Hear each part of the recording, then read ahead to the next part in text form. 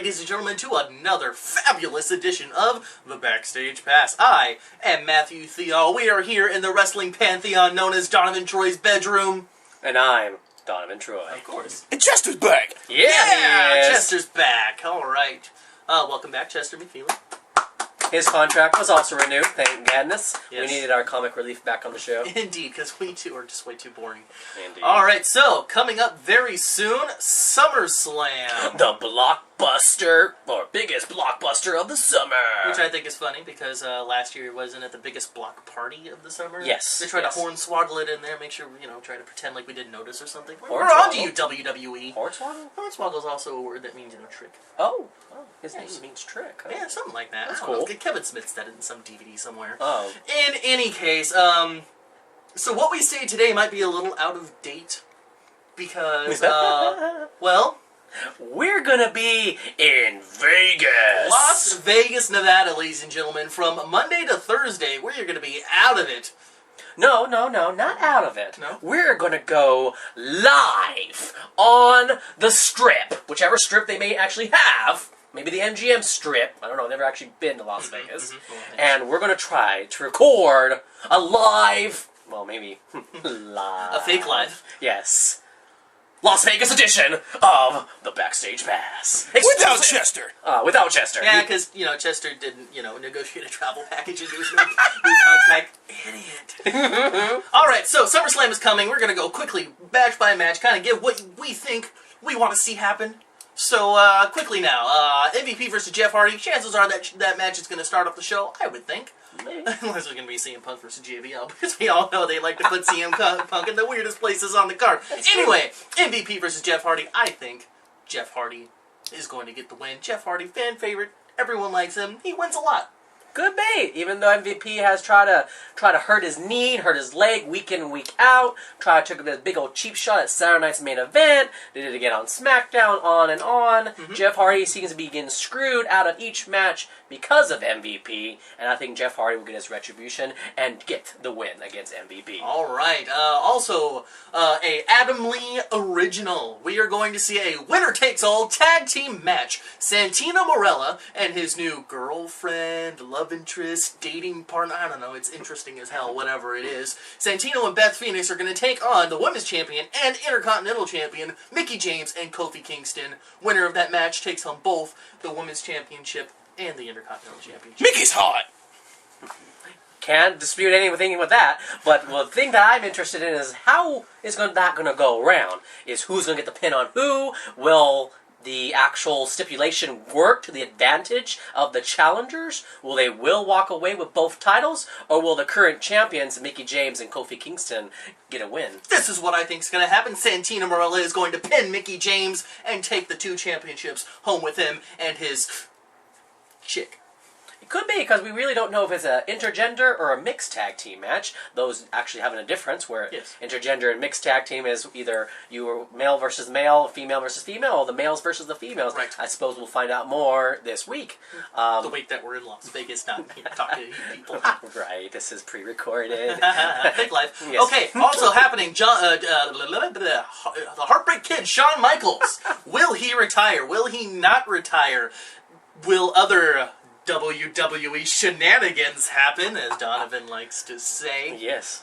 Personally, I think Shawn Michaels will not be retiring. I think he's going to come. He's gonna kind of pull a Ric Flair thing where he's like, hey, well, I'm not going away. I think he's going to need to take a break. We saw that interview he had on Raw. He looked really hurt. He might need some time off. He has said that he's had knee problems throughout his entire career. His back's never been really 100%. Maybe there's more to this eye thing than we know. Maybe he'll take a couple months out. Maybe come back at the Royal Rumble like John Cena did. Win it. And then go to face WrestleMania against the champion. Maybe Shawn Michaels versus Triple H at WrestleMania. There is my prediction. My theory. Well, I don't know about that one. Hey, I'd love to see that. But John Cena's going to face Batista at SummerSlam. This is going to be one of the biggest matches ever, according to them. First ever. Yeah, first time ever, John Cena versus Batista. I just think it's hilarious every time John Cena's in a match. It's the biggest match of the century. Well, John Cena is where the WWE goes to for ratings. And the kids love him with all the paraphernalia they buy and all the different hats and T-shirts he comes in week in. Well, I and guess week the out. kids are going to have to go home and cry because Batista, I think, is going to be taking this one home. I would have to disagree with you. Oh, really? I think John Cena, the fan favorite of this match, is going to pull out an STFU and make Batista tap. Yeah, I'm going to go on the record and say that because, you know what? Batista thinks he's the big animal, the big dog, the weapon to be, reckoned with, so on and so forth. But John Cena, he's playing it cool. He has a storyline with JBL, kind of bounced back from that. I think John Cena's going to win. I don't agree. Chester, who do you think? Go on, Chester, let me know. I know, putting you on the spot. Chester, who?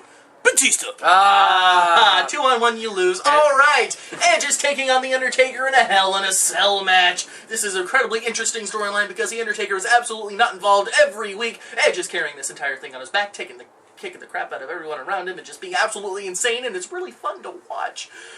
I think Undertaker's going to win, though, because it's the freaking Undertaker. And it's Hell in a Cell. Undertaker has a pretty good record in anyone in the WWE at this moment in time. Though it would be really interesting if Edge wound up winning. I don't think it's going to happen, though, unfortunately. I think it'd be awesome and cool and great, but no. No. I think Undertaker's going to get that win, freaking bounce back, maybe start a feud with Triple H for the WWE Championship. Possibly face versus face. We've seen it a lot in the WWE over the past few months. Mm-hmm. And speaking of faces, we got the oh-so-loving face, the World Heavyweight Champion CM Punk, going against the wrestling god, John Bradshaw Layfield. Bum, bum, ba-dum. CM Punk's probably going to win this match. Yeah. Matt Theall thinks he knows how to sing.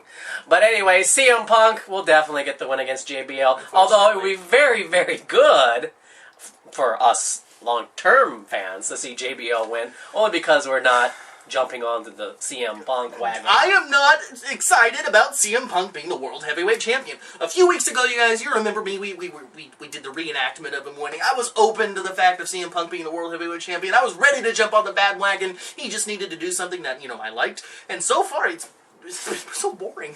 Well, yeah, he's obviously taken a back step in his career because he's not main eventing the 2-hour Raw show. He's either main eventing the first hour or he's opening up the show with some kind of segment and not wrestling at all. Obviously, the WWE may be just slowly building him to be the #1 champion on the show, but as of now, Cena and Batista and Kane are obviously leading the pack in terms of what is in the bag. Oh, we're gonna fight. We're gonna be in Las Vegas. I don't know what's in the bag. Call me, tell me. I don't know. Text me. We're probably going to miss it. Anyway, Mark Henry versus Matt Hardy, ECW Championship. Mark Henry is going to take this one.